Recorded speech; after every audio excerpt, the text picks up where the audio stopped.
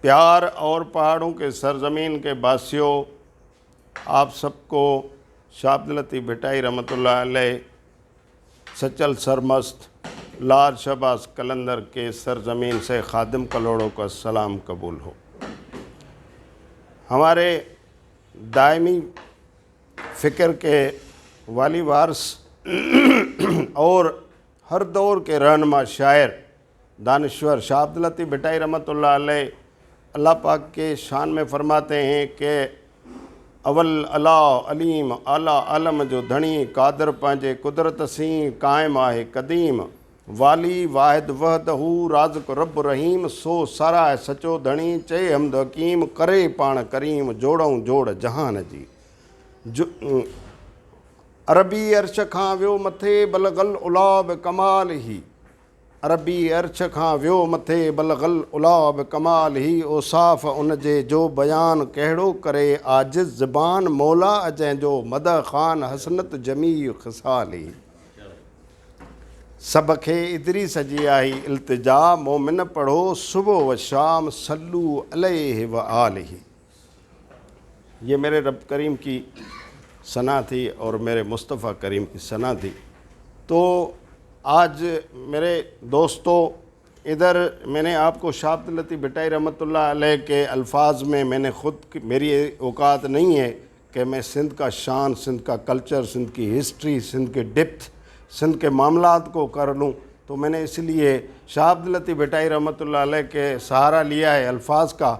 وہ شاہ لطیف جس نے پورے کائنات کے لیے خیر مانگی، عافیت مانگی اور سندھ کی خوشحالی مانگی۔ وہ کہتے ہیں کہ سائیم صدائیں کریم متھے سندھ سکار دوست مٹھا دلدار عالم سب آباد کریں۔ ہمارے سرزمین سندھ کو تو خوشحال کرو لیکن پورے جہانوں کو، کائنات کو، سب کو جو ہے آباد رکھو۔ یہ سندھ کا بیسک ایک کلچر ہے، یہ تھیم ہے، یہ محبتوں کا پیغام ہے۔ یہ ہم سندھ وہ علاقہ ہے جو پاکستان میں جنوبی مشرق کے طرف اور سمندر کے طرف جنوب میں واقع ہے۔ یہ سندھ پاکستان میں کشمیر، بلتستان، پنجاب، بلوچستان، فاٹا اور کے پی کے اور بنگال کے ساتھ مل کے سندھ نے برطانیہ امپائر کے خلاف اسٹرگل کی اور 1947 میں پاکستان کو آزاد کروایا، اور ہم الحمدللہ پاکستانی کلچر کے، پاکستانی جغرافی کے، پاکستانی وحدت کے ایک اکائی ہیں، اور سندھ پاکستان کی جان ہے، پاکستان سندھ کی پہچان ہے۔ تو یہ آج جو ہے ہم اس پہ بات کر رہے ہیں۔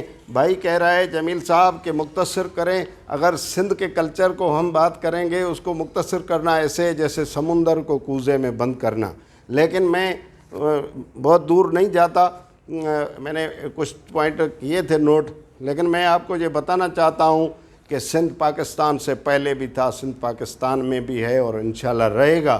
سندھ کی جو تعارف ہے، جو شناخت ہے ملک صاحب، وہ ایک یہ ہے کہ سندھ باب الاسلام ہے۔ محمد بن قاسم نے سندھ کو فتح کیا، اور جو رسول عربی کا دین ہے اسلام، وہ اس کا سندھ باب الاسلام بن گیا بر صغیر میں۔ تو اس حوالے سے لیکن سندھ اس سے پہلے بھی آباد تھا، سندھ اس سے پہلے بھی ایک قوم تھی، سندھ پہلے بھی ایک وطن تھا۔ سندھ کے 5000 سال معلوم تاریخ ہے، جس میں سندھ کے پاس زبان تھی، سندھ کے پاس بڑے عریض اور راستے تھے، سندھ کے پاس جو ہے مونجو ڈڑوں کی نشانیاں ہیں، مونجو دڑو ہے۔ تو اس وقت جب دنیا پہاڑوں میں، غاروں میں گزر بسر کرتے تھے، اس وقت سندھی لوگ شیب بناتے تھے، سندھی لوگ زیورات بناتے تھے۔ سندھ کی خاتون اپنے حسن کو نکھارنے کے لیے 5000 سال پہلے زیورات پہنتی تھی۔ سندھ کے لوگوں کے پاس فن تعمیر تھا، خوبصورت فن تعمیر تھا، ایک ڈھنگ تھا۔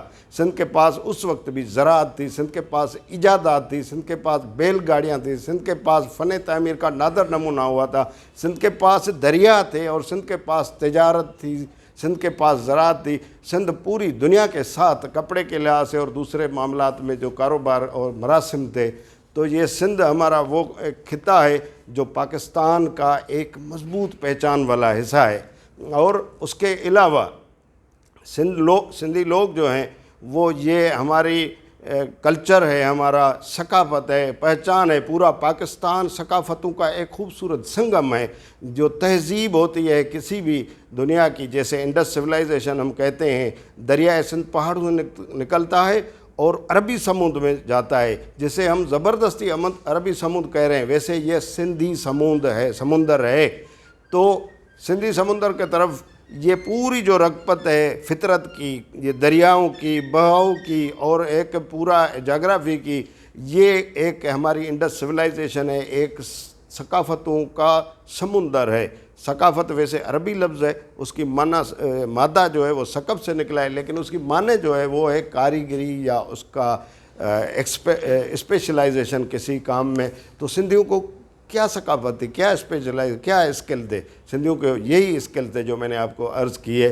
تو سندھ ہمارا، اس پہ ایک مختصر کرتا ہوں کہ کچھ برس پہلے جب ہندوستان کے پاجامے اور دھوتی اور اس کلچر سے متاثر کسی صحافی دوست نے بیٹھ کے سندھ کے ثقافت پہ حملہ کیا، کرٹیسائز کیا، تو یہ در حقیقت پاکستان کے ثقافتی اکائی پہ حملہ تھا۔ تو اس کے جواب میں سندھ کے لاکھوں لوگوں کی دل آزاری ہوئی، تکلیف ہوئی۔ سندھ کے لوگوں نے تکلیف کا، اس غصے کا، اس حملے کا جواب اس طریقے سے دیا کہ سال میں ایک دن سندھ کے ٹوپی کے نام، سندھ کے اجرک کے نام، سندھ کے دریاؤں کے نام، سندھ کے علم و ادب کے نام، سندھ کے بزرگوں کے نام، سندھ کے شاعروں کے پیغام کے نام کر دیا۔